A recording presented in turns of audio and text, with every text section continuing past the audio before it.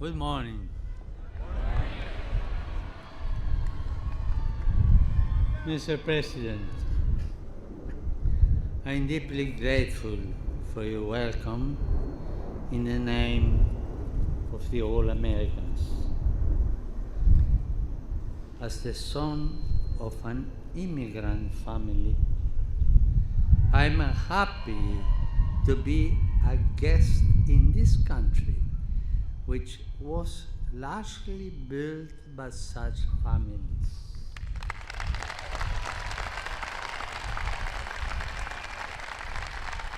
I look forward to these days of encounter and dialogue, in which I hope to listen to and share many of the hopes and dreams of the American people.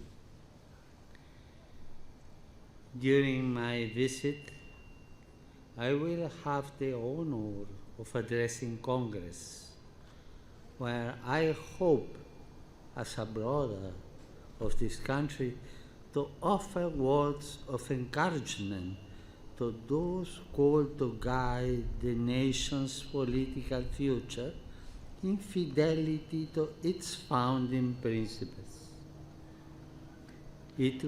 I will also travel to Philadelphia for the 8th World Meeting of Families to celebrate and support the institutions of marriage and the family at this critical moment in the history of our civilization.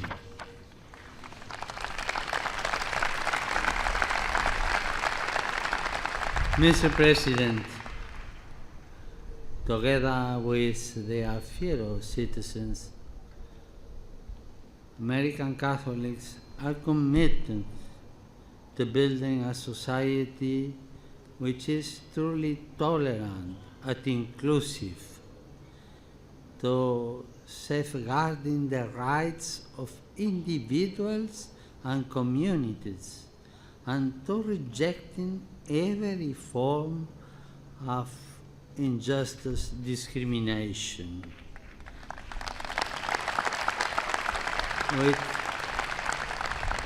With countless other people of goodwill, they are likewise concerned that efforts to build a just and wisely ordered society respect their deepest concerns and the right to religious liberty.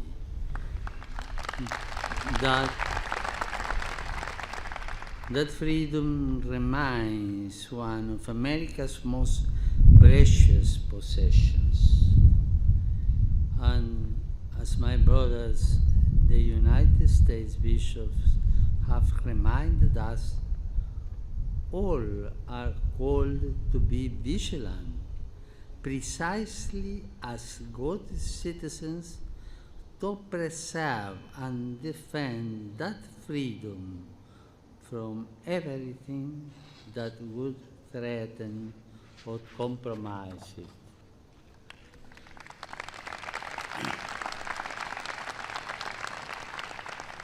Mr. President, I find it encouraging that you are proposing an initiative for reducing air pollution.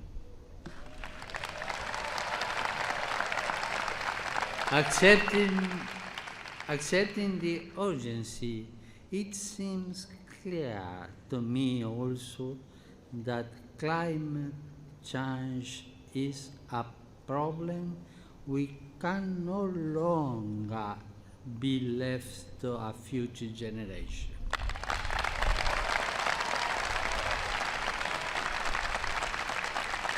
When it comes to the care of our common home, we are living at a critical moment of history. We still have time to make the change needed to bring about a sustainable and integral development, for we know that things can change.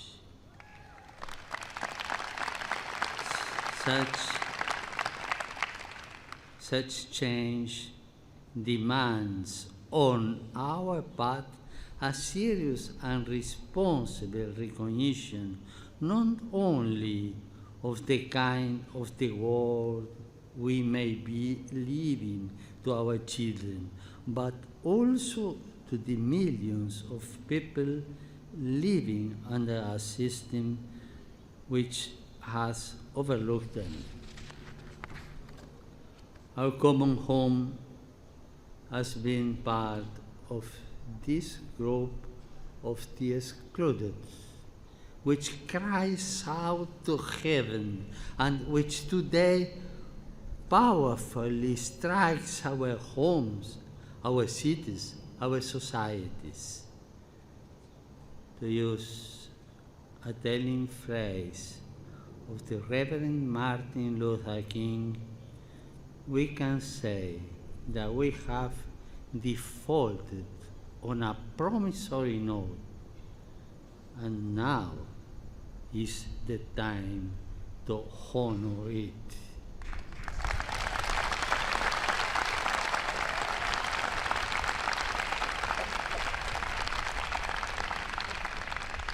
We know by faith that the Creator does not abandon us. He never forsakes His loving plan or repents of having created us. Humanity has the ability to work together in building our common home. As Christians, inspired by this certainty, we wish to commit ourselves to the conscious and responsible care of our common home.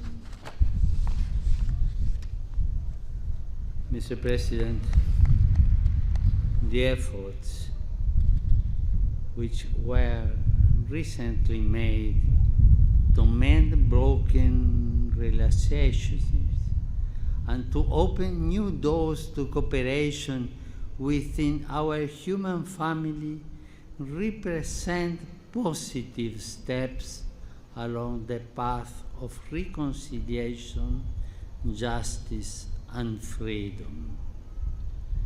I would like all men and women of goodwill in this great nation to support the efforts of the international community to protect the vulnerable in our world and to stimulate integral and inclusive models of development.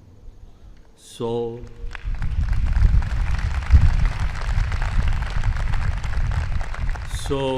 that our brothers and sisters everywhere may know the blessings of peace and prosperity which God wills for all His children. Mr. President, once again, I thank you for your welcome, and I look forward to these days, dear country. God bless America.